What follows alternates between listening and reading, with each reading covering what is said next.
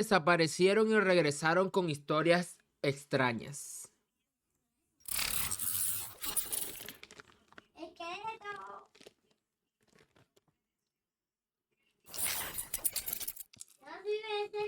La infancia tiene un territorio propio, un umbral invisible donde lo cotidiano y lo imposible parecen tocarse sin esfuerzo.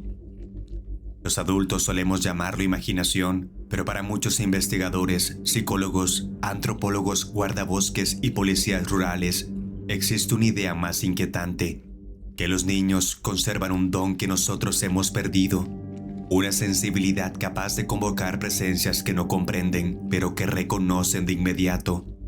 Y cuando un niño desaparece y vuelve con un relato imposible, no siempre se trata de fantasías o delirios. A veces, sus palabras describen algo que simplemente no encaja en nuestras categorías.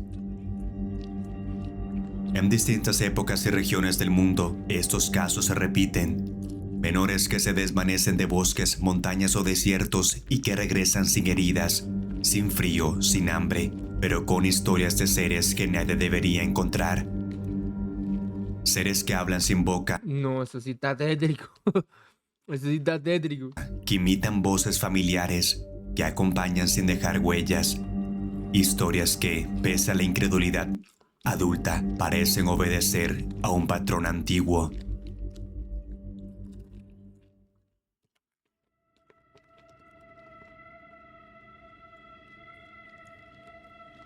Sam, el hombre espacioso. ¿What? En el verano de 1973, en una zona boscosa cercana a la localidad de Dover, Massachusetts, un niño de 7 años desapareció durante apenas unos minutos. Su nombre se mantuvo en reserva en los archivos policiales, pero el reporte que dejó, y que más tarde se conocería como el caso de Sam, el hombre espacioso, se convirtió en uno de los testimonios infantiles más extraños registrados en Nueva Inglaterra.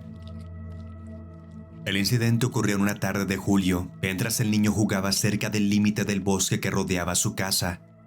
Sus padres declararon que lo perdieron de vista alrededor de las 15:40. La desaparición duró poco, entre 8 y 10 minutos, según los primeros oficiales en llegar, pero el comportamiento del menor al regresar llamó de inmediato la atención. El niño no lloraba ni mostraba signos de haber caído o haberse extraviado. En cambio, repetía una frase en voz baja, como si estuviera recordando algo. Hablé con Sam, el hombre espacioso.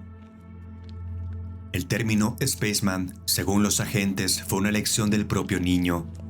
Cuando se le pidió que describiera a Sam, dibujó una figura inusualmente alta, con extremidades desproporcionadas y un cuerpo delgado como si fuera de metal, acompañado... Mira, a mí el niño me llega así eso, yo lo mando es para el psicólogo. De Juan. Lo mando para el psicólogo de una. de un casco que según él no tenía ventana, pero podía ver a través de él.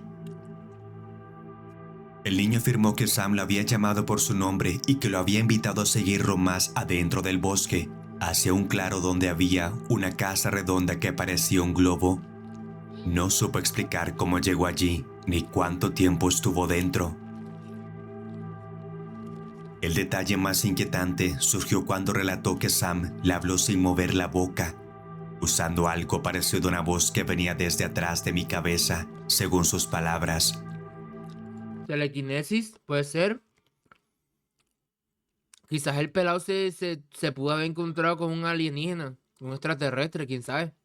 También mencionó que el interior del supuesto refugio estaba iluminado sin lámparas y que Sam le hizo varias preguntas simples: su edad, si tenía hermanos y si jugaba solo a menudo. Con los años, el expediente se volvió un documento marginal, sin seguimiento, pero permanece en los archivos locales con una anotación hecha por un sargento retirado. Caso inconsistente. El niño no mintió, no mostraba señales de fabulación. Hasta hoy, ningún investigador ha podido explicar quién o qué fue realmente Sam, el hombre espacioso. Un alien puede ser.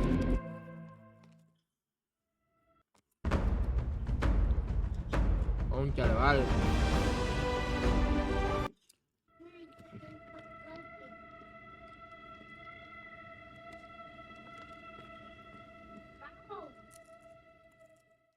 En el verano de 1954, antes de que Aokigahara se convirtiera en un símbolo moderno de tragedias y leyendas, el bosque ya era conocido entre las aldeas de Yamanashi por su densidad anómala, su silencio irregular y los extraños desvíos que parecían alterar la orientación de quienes se internaban en él. Aquella reputación volvió a tomar fuerza cuando un niño de 9 años desapareció durante una excursión familiar. Su caso quedó registrado en una pequeña estación policial de Narusawa, y aunque rara vez mencionado fuera de los archivos locales, continúa siendo uno de los episodios más desconcertantes del lugar. La familia había detenido su vehículo en un sendero secundario cercano a los primeros tramos del bosque. El niño, cuyo nombre se hizo público en los reportes, se separó unos metros para observar un grupo de raíces expuestas que sobresalían del suelo. Cuando su madre lo llamó, ya no estaba. La búsqueda comenzó en menos de 5 minutos, pero el bosque respondió con su habitual hermetismo. No había ruidos, ni huellas, ni ramas rotas. Ese bosque es raro, ¿verdad? Parece el típico bosque encantado de las películas. Simplemente había desaparecido. Durante más de 4 horas, policías y voluntarios peinaron los alrededores, avanzando apenas unos metros por minuto debido a la irregularidad del terreno. Al caer la tarde, uno de los agentes escuchó un sonido débil entre los troncos, pasos pequeños, seguidos de una respiración entrecortada. El niño apareció caminando con calma, sin lesiones ni signos de deshidratación, como si hubiera estado resguardado. El relato que ofreció desconcertó incluso a los oficiales más experimentados. Dijo que fue guiado por un hombre de madera, una figura alta y rígida, con extremidades que crujían como troncos secos al moverse. Afirmó que no tenía rostro, pero sí manos, y que lo llevó a un refugio que parecía crecer del suelo, una especie de cavidad cálida donde el aire olía a corteza mojada. El niño aseguró que la figura le habló sin boca y que lo mantuvo allí hasta que el sol se puso. Está como el otro. ¿Y qué tal que sean protectores de bosques así que protegen a los niños? ¿Quién sabe? Criaturas que protegen a los niños dentro del bosque. ¿Quién sabe? Porque tiene las mismas descripciones que San el hombre espacioso del que acabamos de ver, o sea, del que acabamos de ver ahorita. O sea, tiene las mismas descripciones y le hablaba de la misma manera. ¿Quién quite que sea una entidad omnipresente? O que hayan varias regadas en los bosques del mundo. O sea, hay muchas cosas que no sabemos. El punto más inquietante del testimonio surgió cuando mencionó que el hombre de madera siempre estuvo en el mismo lugar, incluso cuando caminaban. No daba pasos como tú o como yo, solo aparecía donde debía estar. Nunca se encontró el refugio descrito, tampoco se identificaron rastros de un trayecto largo. El caso fue archivado como desorientación temporal, pese a que el niño, según los agentes, nunca pareció haber estado perdido.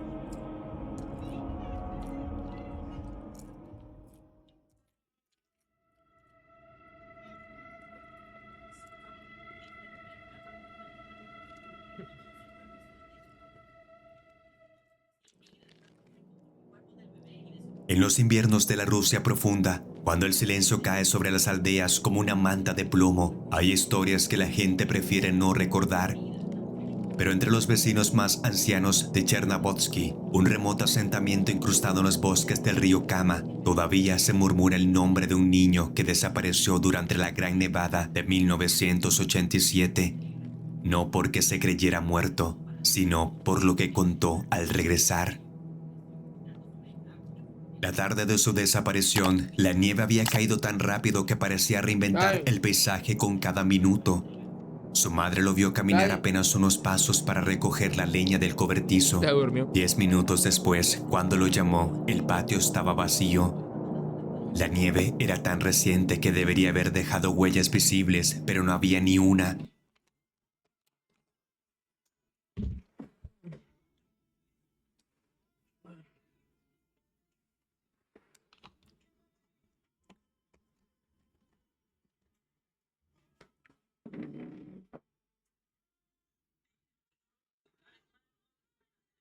¿Estás dormido? ¿No quieres Dorito? ¿Mm? No. Quiero. Toma.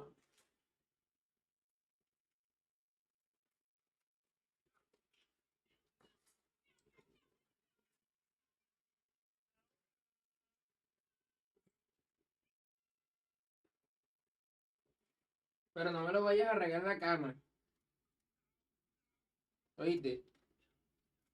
¿Me escuchaste?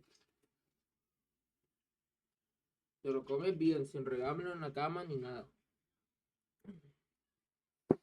Y qué frío. Era como si hubiese sido levantado del suelo. Los aldeanos se organizaron con linternas, perros y cuerdas. El viento estaba quieto. Los animales no detectaron olor alguno. El bosque, enterrado bajo capas de blanco, parecía haber absorbido todo rastro de vida humana.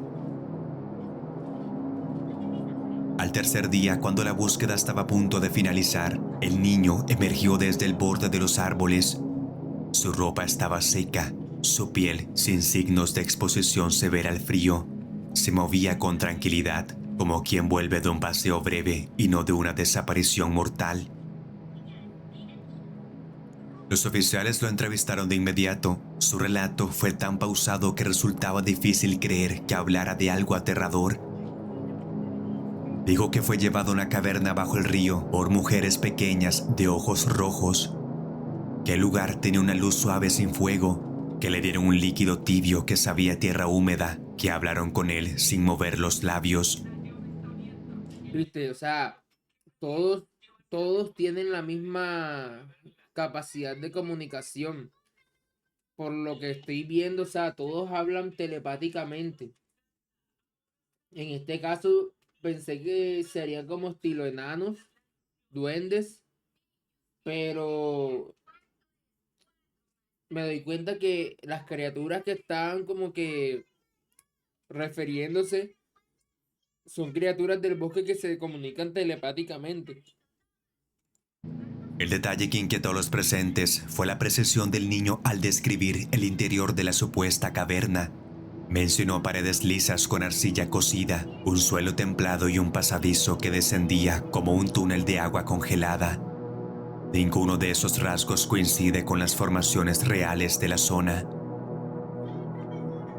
Los oficiales inspeccionaron la ribera. No encontraron entradas, ni madrigueras, ni grietas, ni signos de que alguien o algo hubiera estado allí.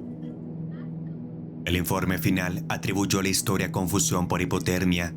Sin embargo, el médico de la aldea, antes de firmar el acta, dejó una nota marginal que nunca se divulgó. El niño no mostraba los síntomas físicos ni cognitivos propios de la hipotermia.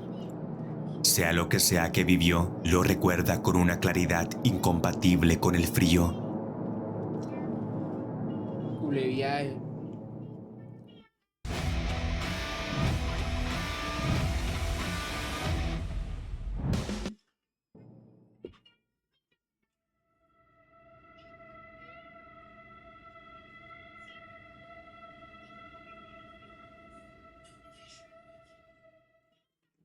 En 1933, cuando la región de Kufra aún era un territorio remoto y apenas cartografiado en el extremo oriental del desierto del Sahara, se registró uno de los incidentes mejor conservados en los informes coloniales británicos: la breve desaparición de un niño nómada que volvió con un relato que ningún oficial quiso incluir de forma literal en el expediente. Lo que ocurrió aquel verano quedó relegado a la categoría de anomalía sin consecuencias. Aunque los testigos directos utilizaron palabras más severas, algo que no comprendimos entonces y que aún no comprendemos ahora. El niño, Sí, de vale, unos tú 10 sabes que esto es años, para la pertenecía a guagua, una hermano. familia beduina asentada temporalmente cerca de las colinas rocosas del norte de Kufra. Según el registro, desapareció durante un desplazamiento corto para buscar agua en una depresión del terreno. La distancia era mínima, visible desde las tiendas del campamento. Sin embargo, al cabo de 5 minutos ya no respondía a los llamados de su padre. La búsqueda comenzó de inmediato. En el desierto, cualquier minuto perdido era una sentencia. Lo más desconcertante fue que sus pisadas se interrumpían de pronto en un punto donde la arena no había sido alterada. Un soldado británico que participó en la búsqueda escribió: era como si hubiera sido levantado por el aire, pero no vimos tormentas de arena ni ráfagas de viento. El niño reapareció al amanecer del día siguiente, caminando desde una colina sin marcas de agotamiento extremo. Su piel no mostraba quemaduras solares, ni deshidratación aguda, ni delirio. Parecía haber estado bajo sombra, aunque no existiera sombra estable en kilómetros a la redonda. Su testimonio fue breve pero preciso. Dijo que un niño azul de su misma estatura lo acompañó durante la noche, que no hablaba pero señalaba caminos con la mano, que lo llevó hasta un oasis silencioso donde el aire era frío y donde bebió agua. El problema era evidente. No hay ningún oasis documentado en esa franja del desierto, y menos uno que desaparezca sin dejar rastro. Los oficiales inspeccionaron la colina y la depresión señalada. No encontraron nada, ni vegetación, ni humedad, ni señales de actividad reciente. El informe oficial cerró el caso como confusión por estrés térmico.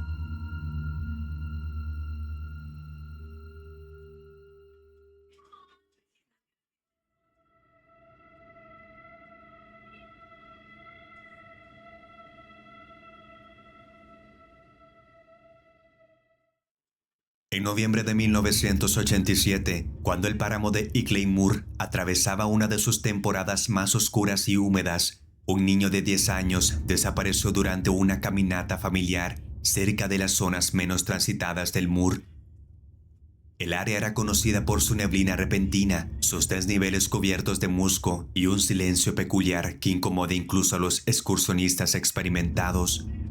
Aquella tarde el clima era benigno, pero la desaparición ocurrió de todos modos, como si el paisaje hubiese aprovechado un instante para devorarlo. El niño se había separado Es apenas más, te unos invito metros de este sus viernes para padres que para vayas a la observar una iglesia conmigo, formación pues no, rocosa. párate. Cuando estos giraron la vista ya no estaba. Se inició la búsqueda en minutos, apoyado por guardabosques y un helicóptero ligero. El terreno, sin embargo, parecía volverse más hostil a cada paso. La niebla se densificó sin transición. En cuestión de minutos, las linternas apenas iluminaban un metro por delante. Los perros rastreadores no detectaron olor alguno.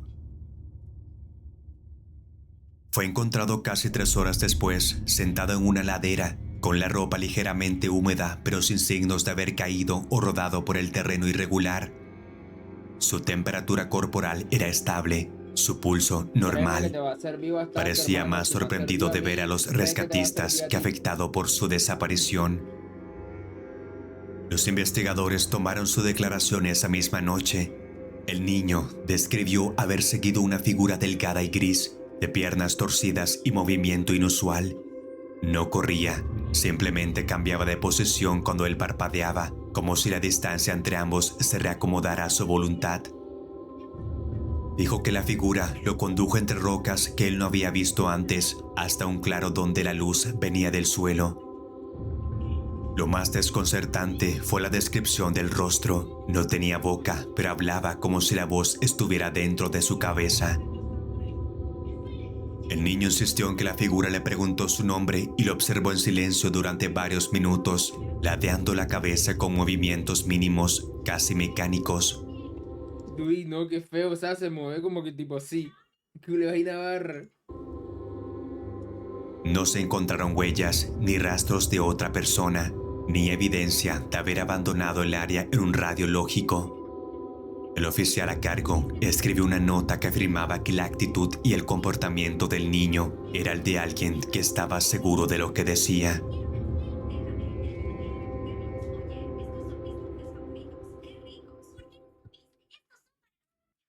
Pero entonces en 12 o 18 meses terminas la universidad. Sí, yo tampoco pensé que eso existía.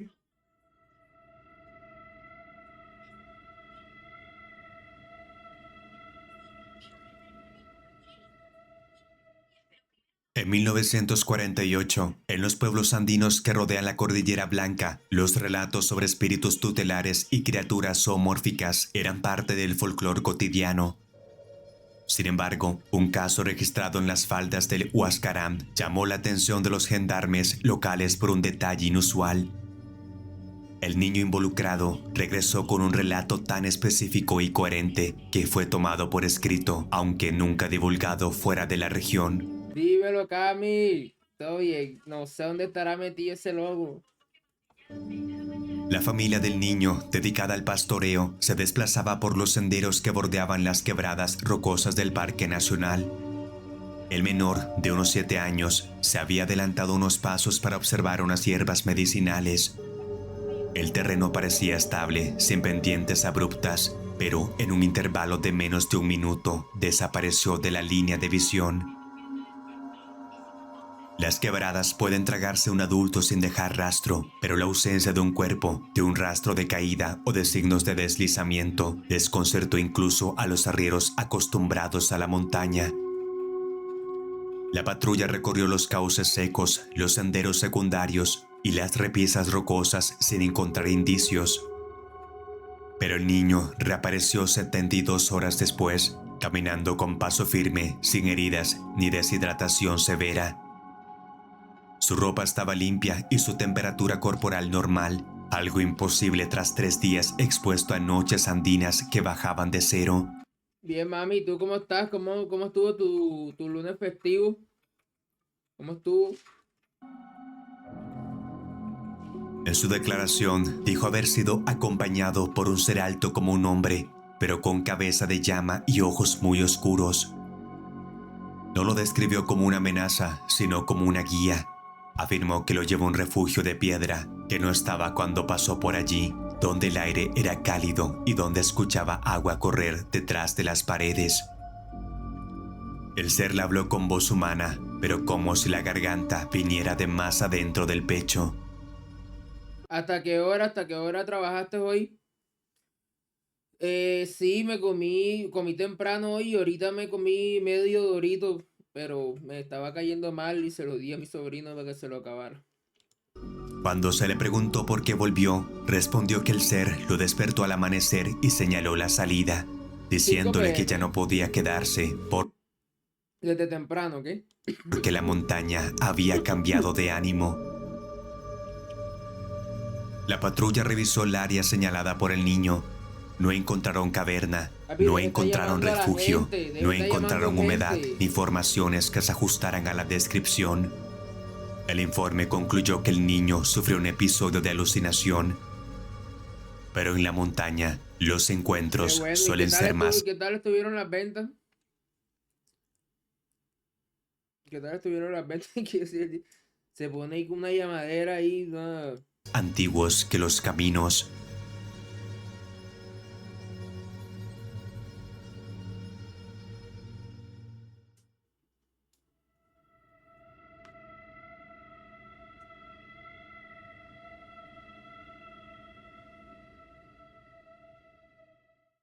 En varias regiones boscosas de Eso quiere decir que va a venir una semana fuerte, así bien, donde vas a vender cule poco.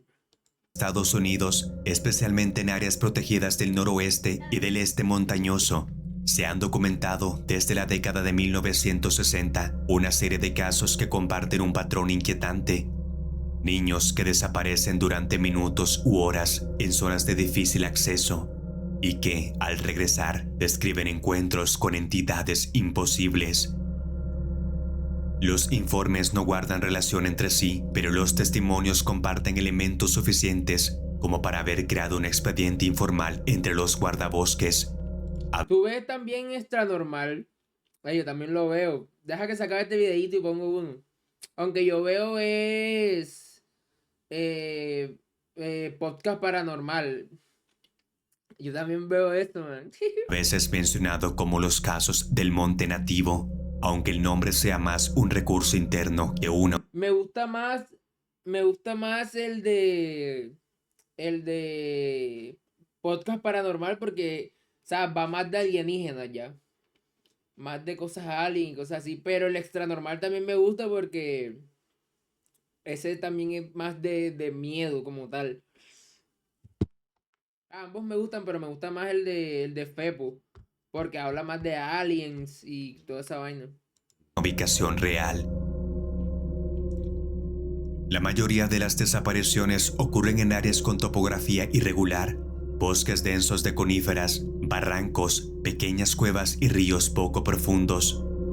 En muchos casos, los niños desaparecen en zonas donde sería extremadamente difícil que un menor avance sin dejar rastro. Sin embargo, casi siempre son hallados limpios, sin heridas serias y sin signos de haber atravesado terreno áspero. Los relatos varían, pero hay 3 patrones recurrentes. 1. La figura protectora.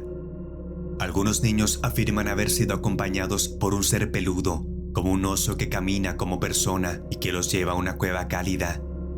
En sus palabras, no hubo agresión, solo compañía. Sin embargo, las cuevas descritas nunca aparecen en las búsquedas posteriores. 2. El doble familiar.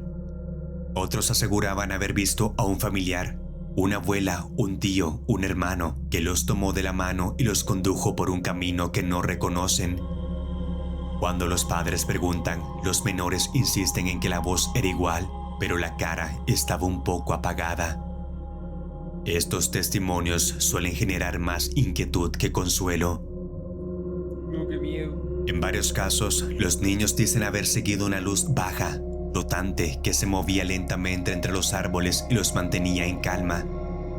No describen Me doy cuenta que cada caso de esos niños tienen similitud en que la criatura o el ser les daba calma, no les hizo daño, se comunicaban telepáticamente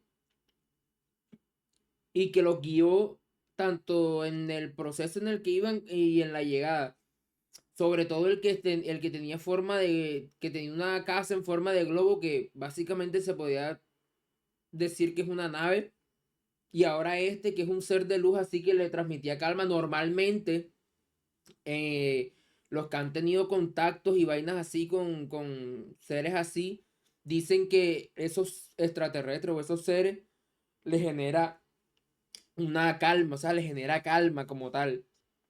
calor ni sonido, solo presencia. Una niña de 8 años declaró que la luz respiraba despacio cuando se acercaba, como si imitara su ritmo.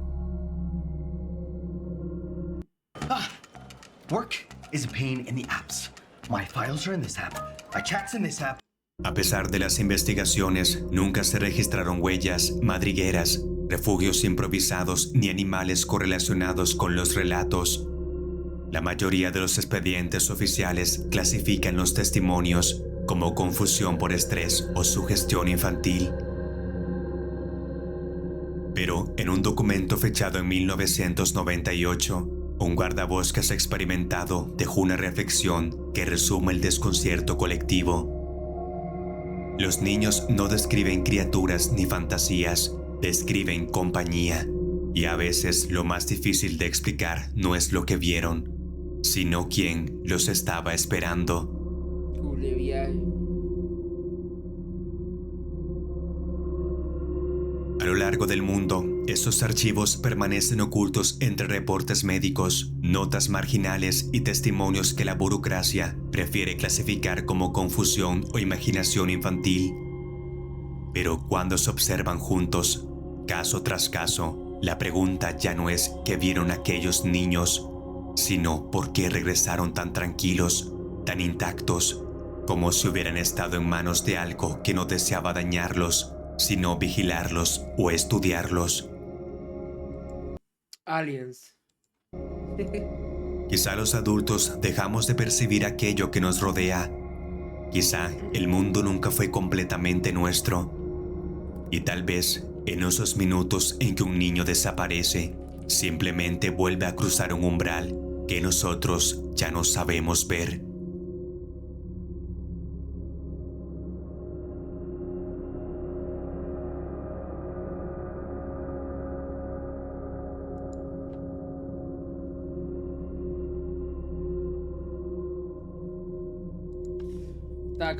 Está cabrón, la verdad. Ojalá y ninguno de nosotros, ni tú, ni tu hijo, ni tu sobrino, ni el mío, ni el de nadie, se encuentre con una criatura así. Y si se encuentra, que sea de las más pacíficas posible.